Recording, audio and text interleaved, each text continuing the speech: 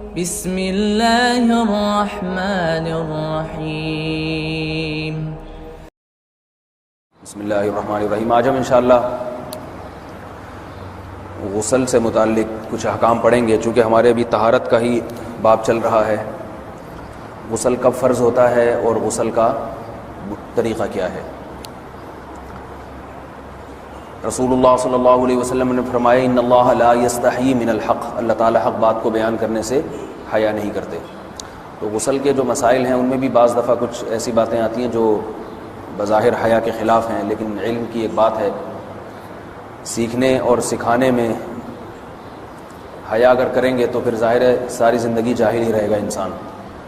اور غسل کے مسائل سیکھنا اس لیے ضروری ہے کہ غسل جب فرض ہوتا ہے تو جب تک مکمل غسل نہ ہو آپ کی نماز ادا نہیں ہوتی۔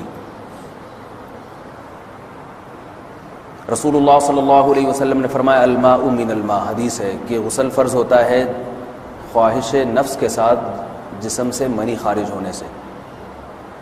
مرد پہ غسل کب فرض ہوگا؟ جب اس کے جسم سے شہوت کے ساتھ منی خارج ہو۔ منی بالکل سفید رنگ کی چیز ہے، ایک ہوتی ہے مزی۔ شہوت پیدا ہونے سے اگر کسی کے مرد یا عورت کے صرف رطوبت خارج ہونا شروع ہو گئی، اس سے غسل فرض نہیں ہوتا۔ جب تک مکمل شہوت پوری نہیں ہو جاتی اور مادہ منویہ خارج نہیں ہو جاتا، چاہے احتلام کی صورت میں ہو یا کسی بھی طرح سے ہو۔ مردوں کے ساتھ چونکہ یہ بہت زیادہ ہوتا ہے نائٹ فال کی صورت میں، مردوں پر غسل کی یہ صورت بہت زیادہ فرض ہوتی ہے۔ جیسے ہی بلوغت ہوتی ہے تو احتلام شروع ہو جاتا ہے، ہفتے میں 1 دفعہ 2 دفعہ 3 دفعہ، بعض نوجوانوں کو روزانہ بھی 2 دفعہ ہوتا ہے، جبکہ خواتین میں یہ والے غسل کی صورت بہت ہی کم ہوتی ہے کہ ان کو نائٹ فال ہو یا اس طرح سے غسل فرض ہو۔ ہزاروں میں کسی ایک عورت کے ساتھ ایسا ہوتا ہے۔ ایک صورت تو یہ ہے غسل فرض ہونے کی۔ دوسری صورت کیا ہے کہ جب انسان اپنی زوجہ کے ساتھ ملاپ کرے اور انٹرکورس ہو جائے، چاہے اس صورت میں ڈسچارج دونوں میں سے کوئی ہو یا نہ ہو، لیکن دونوں پہ غسل فرض ہو جائے گا، مرد پہ بھی اور عورت پہ بھی۔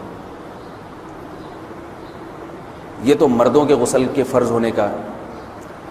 مردوں کے غسل میں ایک چیز یہ بھی ہے کہ اگر آپ نے رات کو نیند کی اور صبح آپ اٹھے اور آپ نے کپڑوں پہ نشان دیکھا، اب آپ کو یہ پتہ نہیں چل رہا کہ یہ منی کا نشان ہے یا مزی کا ہے، تو بھی آپ پر غسل کرنا فرض ہے۔ یہی سمجھا جائے گا کہ یہ آپ خواب میں ڈسچارج ہوئے ہیں۔ عورت پر جو غسل فرض ہوتا ہے ایک اور صورت میں ہوتا ہے کہ جب خواتین کو ایام آنا بند ہو جاتے ہیں، حیض یا نفاس سے جب پاک ہو جائیں تو بھی ان پہ غسل فرض ہے۔ یہ تو غسل کی فرضیت سے متعلق احکام تھے۔ کچھ چیزیں ایسی ہیں جن میں غسل سنت ہے، فرض نہیں ہے۔ جمعہ کے دن غسل کرنا رسول اللہ صلی اللہ علیہ وسلم نے بہت زیادہ تاکید کی ہے۔ سنت کی 2 قسمیں ہیں، سنت مؤکدہ اور سنت غیر مؤکدہ۔ مؤکدہ وہ ہوتی ہیں کہ جن کو چھوڑنے کا اگر کوئی معمول بنا لے تو گناہ کا خطرہ ہے، اور ایسا شخص قابل ملامت ہے، اسے شریعت ملامت کرتی ہے، برا بھلا کہتی ہے۔ تو غسل سنت مؤکدہ ہے ہفتے میں 1 مرتبہ، چاہے جمعے کے دن ہو یا کسی بھی دن ہو۔ جو مسلمان ہفتے میں 1 دفعہ بھی نہیں نہاتا، وہ کتنا ہی نیٹ کلین ہو، مگر شریعت کی نظر میں وہ قابل ملامت ہے، اسے تانے دینے چاہیے کہ شرم نہیں آتی، ہو مسلمان مگر رہتے ہو بھنگیوں اور چماروں کی طرح۔ ملامت تو اسی کو کہتے ہیں نا۔ اس کی دلیل رسول اللہ صلی اللہ علیہ وسلم نے فرمایا، صحیح حدیث ہے، حق علی کل مسلم ان یغتسل کل اسبوع مرۃ، کہ ہر مسلمان پر لازم ہے کہ وہ ہفتے میں کم از کم 1 مرتبہ غسل کرے۔ ہر مسلمان پر لازم ہے، چاہے اس پہ غسل فرض نہ بھی ہو۔ اور کس دن بہتر ہے؟ جمعہ کے دن۔ نبی صلی اللہ علیہ وسلم نے حکم دیا ہے کہ جمعے کے دن غسل کیا جائے۔ امام احمد ابن حنبل کا مذہب یہ ہے کہ جمعے کے دن غسل کرنا واجب ہے، صرف سنت نہیں ہے بلکہ واجب ہے، لیکن جمہور کا مذہب یہ ہے کہ سنت عمل ہے۔ غیر مسلم جب اسلام قبول کرتا ہے تو اس وقت بھی اس کے لیے غسل کرنا سنت ہے۔ جب ہم مردے کو نہلاتے ہیں تو جو مردے کو نہلائے اس کے لیے بھی خود غسل کرنا افضل ہے، سنت عمل ہے۔ عید کے دن غسل کرنا سنت عمل ہے۔ تو یہ وہ تمام مواقع ہیں جن میں غسل کرنا رسول اللہ صلی اللہ علیہ وسلم کی سنت ہے۔ غسل کا طریقہ کیا ہے؟ غسل میں 3 چیزیں فرض ہیں: منہ بھر کے قلی کرنا، ناک میں پانی ڈالنا کہ ناک کی جو نرم جگہ ہے یہ اچھی طرح تر ہو جائے، اور پورے جسم پہ ایک مرتبہ پانی بہا دینا کہ جسم میں بال کے برابر جگہ بھی خشک نہ رہے۔ یہ تو ہے فرض، یعنی یہ کام کسی نے کسی بھی طرح سے کر لیا تو غسل ادا ہو جائے گا، چاہے اس کی نیت غسل کی تھی یا نہیں تھی۔ کوئی آدمی چلتا ہوا جا رہا ہے، پھسل کے تالاب میں گر گیا، پورے غوطے کھا کے باہر نکلا، قلی کر لے اور ناک میں پانی ڈال لے تو غسل اس کا ادا ہو جائے گا۔ البتہ چونکہ نیت نہیں تھی لہذا غسل کا ثواب نہیں ملے گا، ثواب نیت کے بغیر نہیں ملتا انسان کو۔ دلائل اس کے الگ موضوع ہے کہ اس کی دلیل کیا ہے کہ بغیر نیت کے بھی غسل ہو جاتا ہے، لیکن میں نے بتایا دلائل کا سیشن نہیں ہے، اس میں پھر بات لمبی ہو جائے گی۔